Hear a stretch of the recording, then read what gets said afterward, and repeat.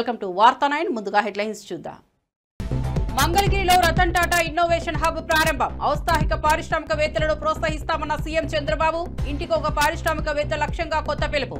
ఆవిష్కరణలకు mentoring funding తో పూర్తి. టీడీపీ ఎమ్మెల్యే కూనారవికి ఎమ్మెల్సీ బహిష్కృత ఎమ్మెల్సీ దువ్వాడ మద్దతు. ప్రిన్సిపల్ సౌమ్య అంశాన్ని కావాలనే పెద్దది చేస్తున్నారని విమర్శ. కూనారవి వేధించినట్లు ఆధారాలున్నాయా అని సూటి ప్రశ్న. టెక్కలిలో కళింగ సామాజిక వర్గంపై దాడులు జరుగుతున్నాయని వ్యాఖ్య. 2 లక్షల టన్నుల ఎరువులు తీసుకొచ్చే వారికి మద్దతు అన్న కేటీఆర్. తెలంగాణలో 2 నెలలుగా దయనీయ పరిస్థితి ఉందని ఆందోళన. 10 ఏళ్ల కేసీఆర్ పాలనలో ఎప్పుడూ ఇలాంటి పరిస్థితి రాలేదన్న కేటీఆర్. సుప్రీంకోర్టు విధించిన గడువుతోనే సిబిఐ విచారణ నిలిచిపోయిందని ఆరోపణ. గడువు పొడిగిస్తేనే హత్య వెనుక పెద్ద కుట్ర బయటపడుతుందని వెల్లడి. పులివెందుల జెడ్పీటీసీ ఓటమిపై అక్కసుతోనే జగన్ ఆరోపణలు చేస్తున్నారని విమర్శ.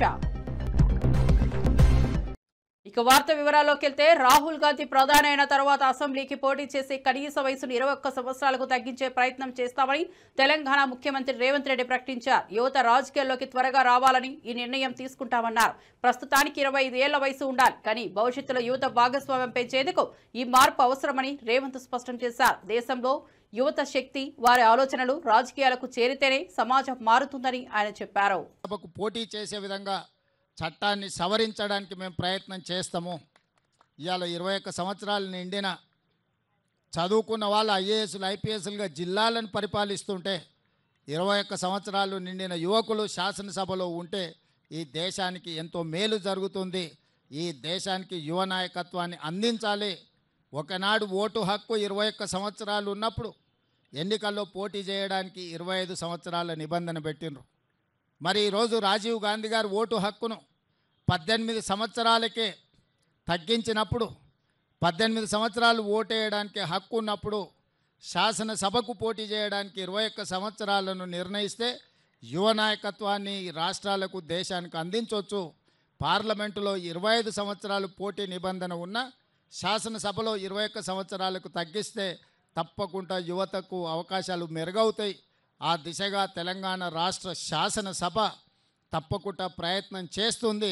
అభ్యర్థిగా పొన్నుస్వామి రాధాకృష్ణ నామినేషన్ వేశారు. ఈ కార్యక్రమానికి ప్రధాని నరేంద్ర మోదీతో పాటు పలువురు కేంద్ర మంత్రులు హాజరయ్యారు. నామినేషన్ సమర్పణ సందర్భంగా బీజేపీ నేతలు ఐక్యతను ప్రదర్శించారు. ఉపరాష్ట్రపతి ఎన్నికల్లో విజయం సాధించడానికి ఎన్డీఏ సన్నద్దమవుతోంది. రాధాకృష్ణ ఎంపికతో దక్షిణ భారత రాజకీయ సమీకరణాల్లోనూ ఎన్డీఏ బలం పెరిగిందని విశ్లేషకులు భావిస్తున్నారు.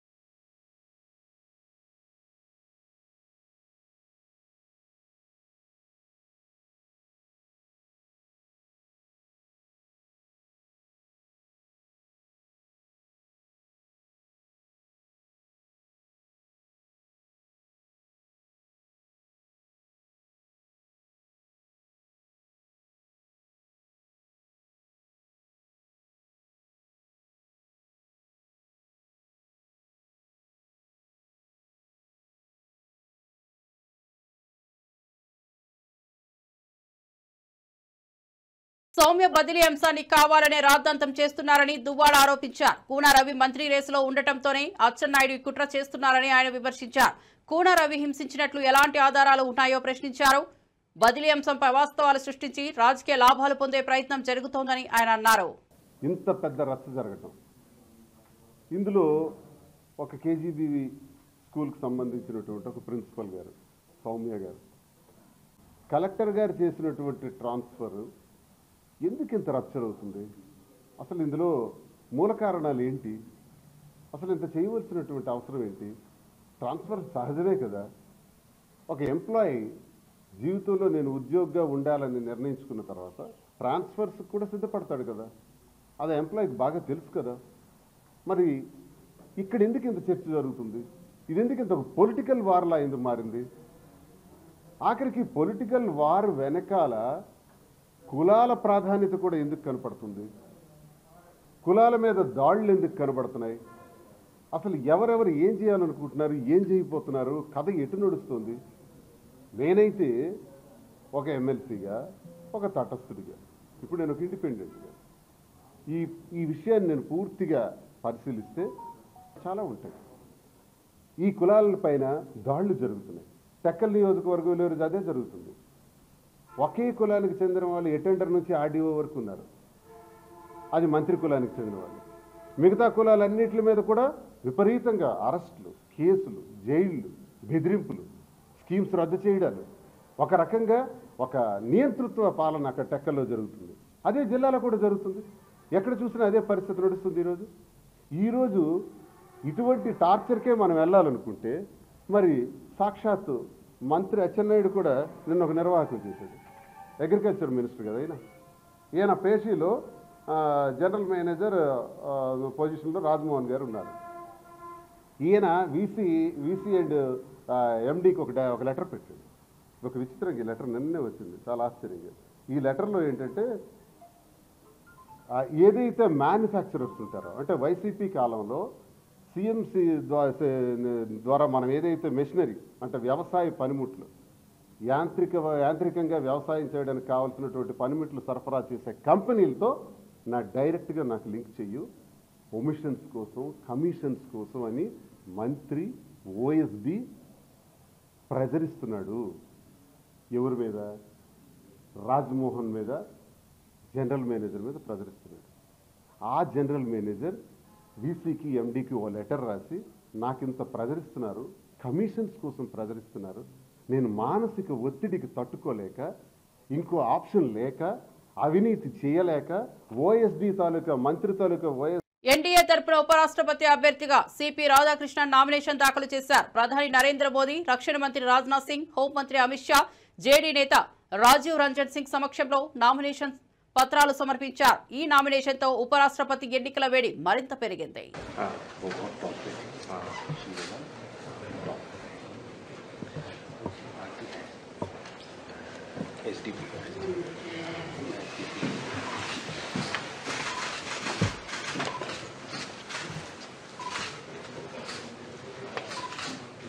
माहौल गंभीर बना के रखा है।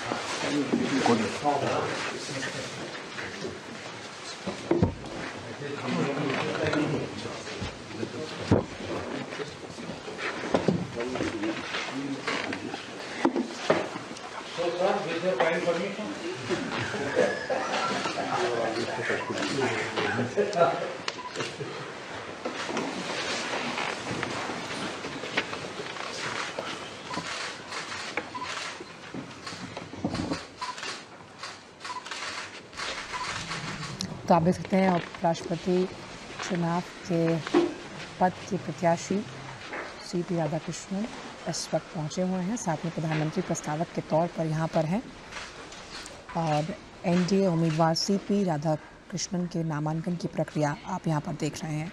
यहां पर प्रधानमंत्री नरेंद्र मोदी भी मौजूद हैं प्रस्तावक के तौर पर। और एनडीए के उपराष्ट्रपति पद के उम्मीदवार सीपी राधाकृष्णन ने से कुछ देर पहले हमने देखा कि संसद परिसर में छत्रपति शिवाजी को भी पुष्पांजलि अर्पित की थी।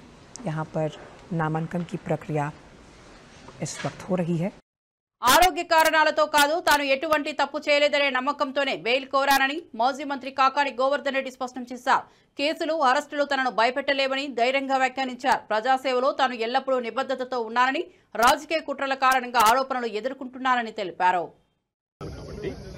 నిన్న సాయంకాలం విడుదల వాయిదా పడింది. అయితే నిన్న పాపం నా కోసం జనం వచ్చారు. ఈరోజు కూడా అదే జనం మరలా రావడం జరిగింది. నాకున్నటువంటి ఆస్తి ఈ జిల్లా ప్రజలు ప్రత్యేకించి సర్వేపల్లి నియోజకవర్గానికి సంబంధించినటువంటి కుటుంబాలు, వన్నె తరగనటువంటి వాళ్ళ ప్రేమాభిమానాలు. ఈరోజు ఈ కేసుల గురించి ఎక్కడా మాట్లాడకూడదు అనేటువంటిది హైకోర్టు విధించినటువంటి నిబంధన, షరతు. కాబట్టి ఆ షరతులకు లోబడి ఈరోజు ఈ హైకోర్టు మంజూరు చేసినటువంటి బెయిల్ విషయంలో నేను ఏది కూడా వ్యాఖ్యానించదలుచుకోలేదు. అయితే బహుశా నెల్లూరు జిల్లాకు సంబంధించి 2 సార్లు శాసనసభ్యుడిగా, ఒకసారి జిల్లా పరిషత్ చైర్మన్ గా, ఒకసారి మంత్రిగా పనిచేసినటువంటి వ్యక్తిని ఇన్ని రోజులు జైల్లో పెట్టడం అనేటువంటిది ఇది ప్రథమంగా జరిగింది. అంటే ఎక్కడ లేనటువంటి సాంప్రదాయాలని ఈరోజు కూటమి ప్రభుత్వం పరిచయం చేస్తుంది. అయితే ఈరోజు ఒక్కసారి ఆలోచన చేస్తే ఎంత బాధాకరమైనటువంటి విషయం అంటే, నాకు నవ్వాలనో ఏడవాలనో తెలియనటువంటి దుస్థితి. 6 కేసులు నా మీద సోషల్ మీడియాలో పెట్టారు. నేను అధికారంలో ఉన్నప్పుడు, మంత్రిగా ఉన్నప్పుడు నా మీద చేసినటువంటి విమర్శల మీద ఒక్కసారి కూడా నేను సోషల్ మీడియాలో కేసు పెట్టించినటువంటి దాఖలాలు లేవు. 6 కేసులు పెట్టారు. ఆ తర్వాత మరలా ఈరోజు హైకోర్టు మంజూరు చేసినటువంటి ఈ కేసు పెట్టారు. దాని మీద 7 పీటీ వారెంట్లు వేశారు. 7 పీటీ వారెంట్లు ఎంత నవ్వొచ్చాయంటే, ఎప్పుడో ఎన్నికల కమిషన్ టైంలో జరిగినటువంటి లిక్కర్ కేసు. ఆ రోజు మా ప్రభుత్వం అధికారంలో లేదు. ఆ కేసు రిజిస్టర్ అయింది. కూటమి ప్రభుత్వం అధికారంలోకి వచ్చింది. ఆ రోజు కూటమి ప్రభుత్వంలో పనిచేసేటువంటి అధికారులే దాని మీద విచారణ జరిపి ఛార్జ్షీట్ ఫైల్ చేయడం జరిగింది. 1 సంవత్సరం తర్వాత మరలా ఛార్జ్షీట్ రీఓపెన్ చేయాలి, ఎంక్వైరీ చేయాలని చెప్పి ఓపెన్ చేసి, ఎవరో ఒక వ్యక్తి, ఎంత హాస్యాస్పదం అంటే, నేను ఎన్నికల్లో వెళ్ళినప్పుడు ప్రచారంలో మీ అందరికీ లిక్కర్ పంచుతాను, ఓట్లు వేయండి అని చెప్పానంట. దాని మీద ఒక వ్యక్తి మమ్మల్ని ప్రశ్నించాడంట, సార్ ఓట్లు అడగడం ధర్మమా, లెక్కరిస్తామని. దాని మీద మేము దాడి చేశాం. చంద్రబాబు లాంటి దుర్మార్గుడు, కూటమి లాంటి దుర్మార్గపు ప్రభుత్వం దేశంలో లేదని కారుమూరు వెంకటరెడ్డి తీవ్రంగా విమర్శించారు. అధికారంలోకి వచ్చిన 14 నెలల్లోనే 4.5 లక్షల పెన్షన్లు కట్ చేశారని మండిపడ్డారు. దివ్యాంగుల పెన్షన్లను కూడా తొలగించారని ఆరోపించారు. ఇక్కడ లేదు అన్నటువంటిది క్లియర్ గా ఈరోజు పెన్షన్ల విషయంలో అర్థమవుతా ఉంది. పేదల్ని కట్ చేయి, పెద్దలకి పంచి పెట్టేయి. ఊరు పేరు లేనటువంటి అరసాగాలకి 100 కోట్ల రూపాయల విలువైనటువంటి భూముల్ని 99 పైసలకే అమ్మేయి. అర్హత కలిగినటువంటి దివ్యాంగుల నుంచి అర్హత కలిగినటువంటి ప్రతి ఒక్క పేదవాడి పెన్షన్ కట్ చేసి పడే. ఇది ఈ రోజు రాష్ట్రంలో జరుగుతుంది. అందుకని ఇలా దుర్మార్గమైనటువంటి వ్యక్తులు అంటారు. వీలైనంత పెన్షన్లు పెంచాల్సింది పోయి, చంద్రబాబు నాయుడు గారు అధికారంలోకి వచ్చిన 14 నెలల కాలంలో 4.5 లక్షల పెన్షన్లు కట్ చేసి పడేశాడు అర్హత ఉన్న వాళ్ళకి. ఈ రోజు మీరు చూస్తే జగన్మోహన్ రెడ్డి గారు అధికారంలో దిగిపోయే ముందు 2024 ఎన్నికలకు ముందు ఉన్నటువంటి పెన్షన్లు 66,34,000 అక్షరాల. కానీ మొన్న ఆగస్టు 2025 చంద్రబాబు నాయుడు గారు ప్రభుత్వంలో ఇచ్చినటువంటి పెన్షన్లు 62,19,000. అంటే 4.5 లక్షల పెన్షన్లు కేవలం 14 నెలల్లో కట్ చేసి పడేశాడు. మరీ ముఖ్యంగా చూస్తే ఈరోజు దివ్యాంగుల పరిస్థితి. దివ్యాంగులు ఈరోజు వాళ్ళ పెన్షన్లు చూడండి. మీరు ఇక్కడ చూస్తే శ్రీకాకుళం శ్రీ పొట్టి శ్రీరాములు నెల్లూరు జిల్లాలో 34 ఏళ్ల మద్దులూరి నాగరాజు చిన్నతనంలోనే ప్రమాదవశాత్తు పూరిగుడిసి దగ్ధమయ్యే ఘటనలో సగానికి పైగా శరీరం, కన్ను పూర్తిగా కాలిపోతే 15 ఏళ్లుగా దివ్యాంగులు పింఛను పొందుతున్నాడు. ఈ రోజు అర్హత లేదని చెప్పి తీసి పడేశారు. ఇక్కడ అనంతపురంలోని ప్రభాకర్ స్ట్రీట్ లో ఉన్న వేలూరు ధీరజ్ వెంకటనాథ్ పుట్టుకతోనే బుద్ధిమాంద్యంతో బాధపడతా ఉన్నాడు, నడవలేని స్థితి. అతను పెన్షన్ తీసి పడేశారు. పక్షవాతం ఉన్నా కూడా పెన్షన్ ఉన్నటువంటి పెన్షన్ ని తొలగించినటువంటి పరిస్థితి. ఈయన కూర్చోలేడు, లేవలేడు, మాట్లాడలేడు. అన్నమయ్య జిల్లా కొరబాలకోడ మండలం దాదంవారిపల్లికి చెందినటువంటి జయరామరెడ్డి, ఈయన పెన్షన్ కట్ చేసి పడేశారు. ఇక్కడ చూస్తే గుంటూరు జిల్లాలో దివ్యాంగుల పెన్షన్లు 23,459 ఉంటే 2,489 మంది తీసి అవతలేశాడు. పల్నాడు జిల్లాలో దివ్యాంగులు 35,000 పెన్షన్లు అందుతుంటే 3,300 తీసి అవతలేశారు. నెల్లూరు జిల్లాలో 4,215 దివ్యాంగుల పెన్షన్లు మొన్న ఆగస్టులో తీసి అవతల పడేశారు. ఇలా ప్రతి జిల్లాలో చూసుకుంటే ఇదే పరిస్థితి. చంద్రబాబు నాయుడు గారు ఎన్నికల్లో అధికారంలోకి వచ్చే ముందు చెప్పినటువంటి మాటలేంటి? ఇప్పుడున్నటువంటి పెన్షన్లు ఇంకా పెంచుతా, 66 లక్షల కంటే పెంచుతా, అలానే ఎస్సీ, ఎస్టీ, బీసీ మైనార్టీలకి 50 సంవత్సరాలు దాటితేనే నేను పెన్షన్ ఇస్తా అన్నాడు. ఒక్కటంటే ఒక్క కూడా కొత్త పెన్షన్ ఇవ్వాల. జగన్మోహన్ రెడ్డి గారు జనవరి 2024 వరకు కొత్త పెన్షన్లు 2024 జనవరి వరకు ఇచ్చారు. తర్వాత జనవరి విశాఖ ఉక్కు ప్లాంట్ ను ప్రైవేటిజం చేయడానికి తీసుకున్న నిర్ణయాన్ని వెంటనే రద్దు చేయాలని పూడూరు గౌతమ్ డిమాండ్ చేశారు. ప్లాంటుకు గనులు కేటాయించాలని, సెయిల్లో విశాఖ ఉక్కు విలీనం జరిగేలా చర్యలు తీసుకోవాలని ఆయన కోరారు. ఉక్కు పరిశ్రమ కొనసాగితేనే వేలాది కుటుంబాలు బ్రతుకుతాయని చెప్పారు. పులిల్లాగా మీరు మేకతోలు కప్పుకుని చంద్రబాబు నాయుడు గారు, పవన్ కళ్యాణ్ గారు మీరు ఎన్నికల సమయంలో స్టీల్ ప్లాంట్ ఏరియాల్లో గాజువాక దగ్గరికి వెళ్ళి ఎన్నికల వాగ్దానాల విషయంలో ఇది ఎటువంటి పరిస్థితుల్లో ప్రైవేటైజ్ చేయనన్నారు. ఎన్నికలు అయిపోయి మెజారిటీ వచ్చింది, మేకతోలు తీశారు.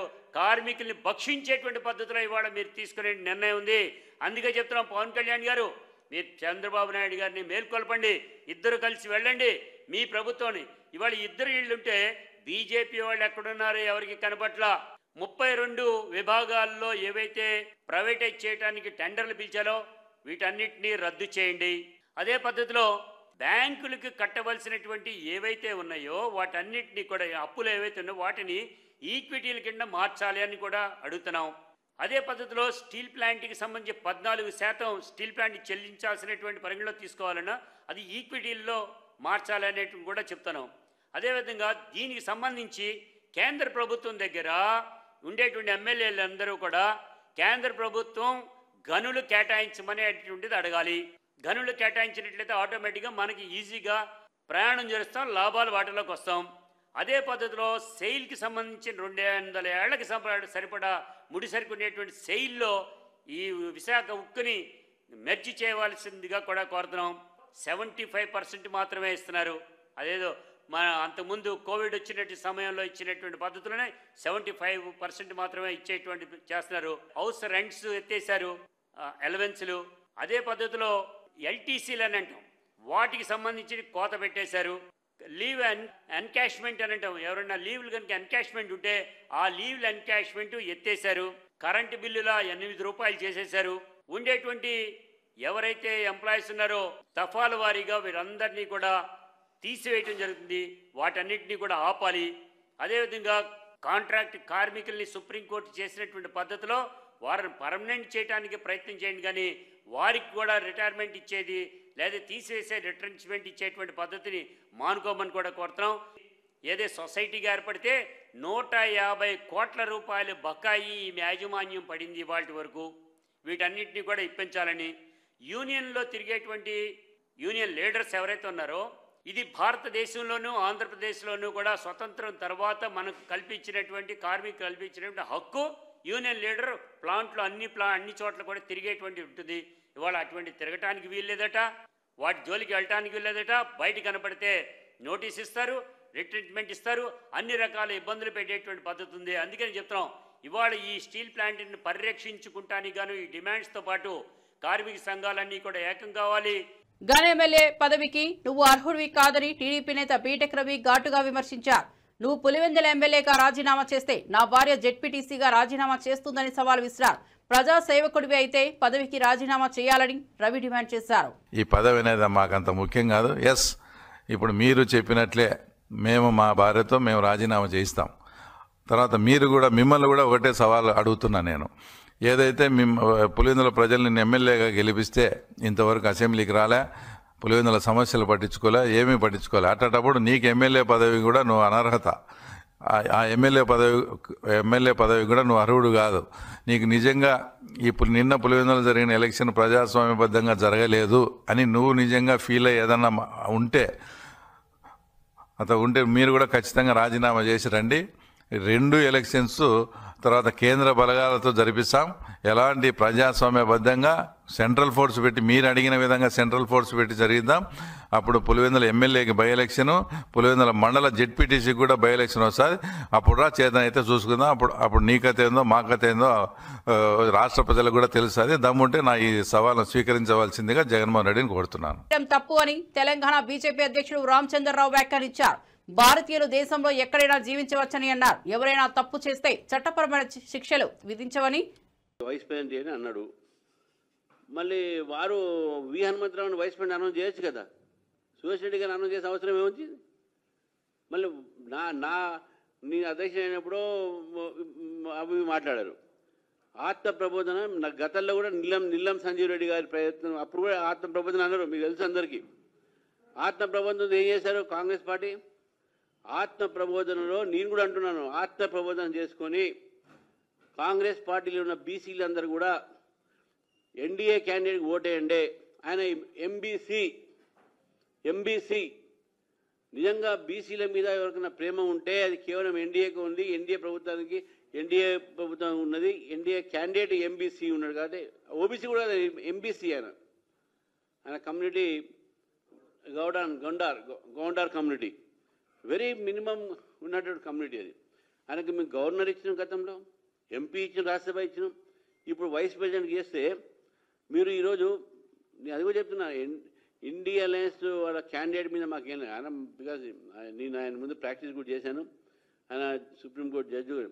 కానీ మీరు ఏ వాదన అయితే, ఏ సోనియా గాంధీ గారు అయితే, ఏ రాహుల్ గాంధీ గారు అయితే మీకు ఆస్కార్ అవార్డు ఇవ్వాలి, మీకు నోబెల్ ప్రైజ్ ఇవ్వాలి అంటే భాస్కర్ అవార్డు గోబుల్స్ అవార్డు ఇవ్వాలి అన్నారు కదా.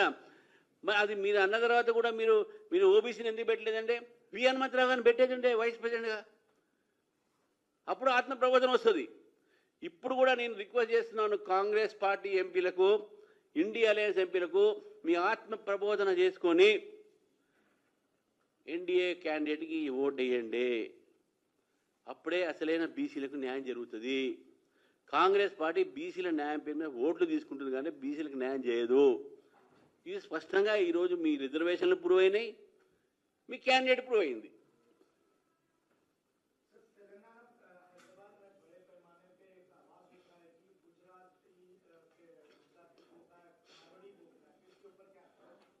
मेरा कहना ये है कि ये कुछ लोग जो है मिसगाइडेड यूथ है या मिसगाइडेड लोग हैं. भारत देश सबका है. भारत देश में कोई भी कहीं भी रह सकते हैं, कहीं भी जी सकते हैं, कहीं भी बच सकते हैं. బీసీల మీద నిజంగా ప్రేమ ఉంటే ఉపరాష్ట్రపతి అభ్యర్థిగా బీసీ వర్గానికి చెందిన వారిని పెట్టాలన్న కేటీఆర్ విమర్శించారు. కాంగ్రెస్ పార్టీ దొంగ డ్రామాలు చేస్తోందని ధ్వజమెత్తారు. కాంగ్రెస్ బీజేపీ రెండు పార్టీలు తెలంగాణను దోచుకున్నవేనని తీవ్రంగా వ్యాఖ్యానించారు. తమకు ఢిల్లీలో ఎవరూ బాసులు లేరని, మేము ఏ కూటమిలోనూ లేమని స్పష్టం చేశారు. తెలంగాణ ప్రజలే మా బాసులని కేటీఆర్ గట్టిగా తెలిపారు. తెలంగాణ ప్రజల ఆకాంక్షలకే తాము కట్టుబడి ఉన్నామని చెప్పారు. కేటీఆర్ వ్యాఖ్యలతో కాంగ్రెస్ బీజేపీ నాయకుల వ్యూహాలపై చర్చలు వేడెక్కాయి. మరి అట్లాంటి థర్డ్ క్లాస్ ముఖ్యమంత్రి, థర్డ్ క్లాస్ పార్టీ పెట్టిన అభ్యర్థిని మేము సమర్థిస్తారని మీరు ఎట్లా అనుకుంటారు? నాకు అర్థం కాదు. ఇంకోటి, ఇవాళ జరుగుతున్నది ఏంటంటే ఒక డ్రామా. ఉపరాష్ట్రపతి ఎన్నికల విషయంలో డ్రామా. నిన్న మొన్నటిదాకా ఏమన్నారు ఇదే రేవంత్ రెడ్డి గారు, బీసీల విషయంలో మా పార్టీ చాలా చిత్తశుద్ధిగా ఉన్నది, బలహీన వర్గాల విషయంలో మేము ఢిల్లీ దాకా కొట్లాడతాం, అవసరమైతే అంతరిక్షం దాకా పోయి కొట్లాడతాం అన్నాడు. మరి ఒక బీసీ అభ్యర్థిని ఎందుకు పెట్టలే? అంత ప్రేమ ఉంటే తెలంగాణ నుంచి ఒక బీసీ అభ్యర్థి దొరకలేదు, ఒక కంచయ్య గారిని పెట్టేది ఉండే. తెలంగాణ నుంచి ఒక బీసీ అభ్యర్థిని పెట్టి ఇగో ఇది మా చిత్తశుద్ధి అని చెప్పుకునేది ఉండే. అంటే బీసీల మీద ప్రేమ మాత్రం నోట్లోనే ఉంటుంది. మళ్ళీ ఎన్నికలు నిలబెట్టే టైంకి వచ్చే వరకు మాత్రం బీసీలు కనబడరు మీకు. అట్లాంటి మీ మాటలు మేము నమ్మాలి, మీ మాటలు నమ్మి మళ్ళీ మీ వెనక నిలబడాలి. నేను అడుగుతానమ్మా, మీరేమైనా మెహర్బాన్ చేస్తుంటారా మాకు? మేము సర్వస్వతంత్రమైన పార్టీ. మేము డెఫినెట్గా ఎన్డీఏలో లేము, ఇండియాలో లేము. మేము మా మోడీ మా బాస్ కాదు, రాహుల్ గాంధీ మా బాస్ కాదు. తెలంగాణ ప్రజలు మా బాసులు. వాళ్ళ ఆలోచనకు అనుగుణంగా, వాళ్ళ అభిప్రాయానికి అనుగుణంగా మన నిర్ణయం ఉంటుంది. ఇక్కడ ఒకటి మాత్రం వాస్తవం, రెండు పార్టీలు దొందు దొండేనండి. కాంగ్రెస్ బీజేపీ రెండు కూడా దొందు దొందే. తెలంగాణను ఇద్దరు కూడా ముంచినోళ్లే. 11 ఏళ్లు బీజేపీ ఏం చేయలే, 2 సంవత్సరాలకు 20 నెలలుగా కాంగ్రెస్ ఏమీ చేయలే, ఇచ్చిన ఒక్క మాట నిలబెట్టుకోలే. ఆ ఇద్దరు అభ్యర్థులను మేము అంత సీరియస్ గా తీసుకోవాల్సిన ఆలోచన ఉంటుందని నేనైతే వ్యక్తిగతంగా అనుకోను. కానీ పార్టీగా, ఎందుకంటే నా ఒక్కడ అభిప్రాయం పార్టీ అభిప్రాయం కాదు, పార్టీగా మేము కూర్చుని ఆలోచించి డెఫినెట్ గా మా ఎమ్మెల్యేలు ఉన్నారు, మా ఎంపీలు ఉన్నారు, మా ఎమ్మెల్సీలు ఉన్నారు, మా ఇన్ఛార్జీలు ఉన్నారు, మా స్టేట్ కమిటీ ఉంది. అందరం అవసరమైతే పెద్దలు కేసీఆర్ గారితో మా అభిప్రాయాలు చెప్పి ఒక పార్టీగా నిర్ణయం తీసుకుంటాం. వ్యక్తిగతంగా నేను అనుకోవడం మాత్రం రెండు కూడా దొందు దొందే. కాంగ్రెస్ బీజేపీ రెండు దొందు దొందే. రెండు తెలంగాణకు పనికొచ్చే పార్టీలు కాదు, రెండు ఢిల్లీ పార్టీలే. వాటిని పట్టించుకోవాల్సిన అవసరం కానీ, వాటి రాజకీయం గురించి ఆలోచించాల్సిన అవసరం కానీ లేదు అనేది వ్యక్తిగతంగా నా అభిప్రాయం. వ్యక్తిగతంగా మీ దగ్గర ఒక మంచి ఆలోచన ఉందా? దాన్ని ఆచరణలో పెట్టి విజయవంతం చేయాలని చూస్తున్నారా? అయితే ఆంధ్రప్రదేశ్ మీకు సరైన వేదికగా నిలుస్తుందని ముఖ్యమంత్రి చంద్రబాబు యువతకు భరోసా ఇచ్చారు.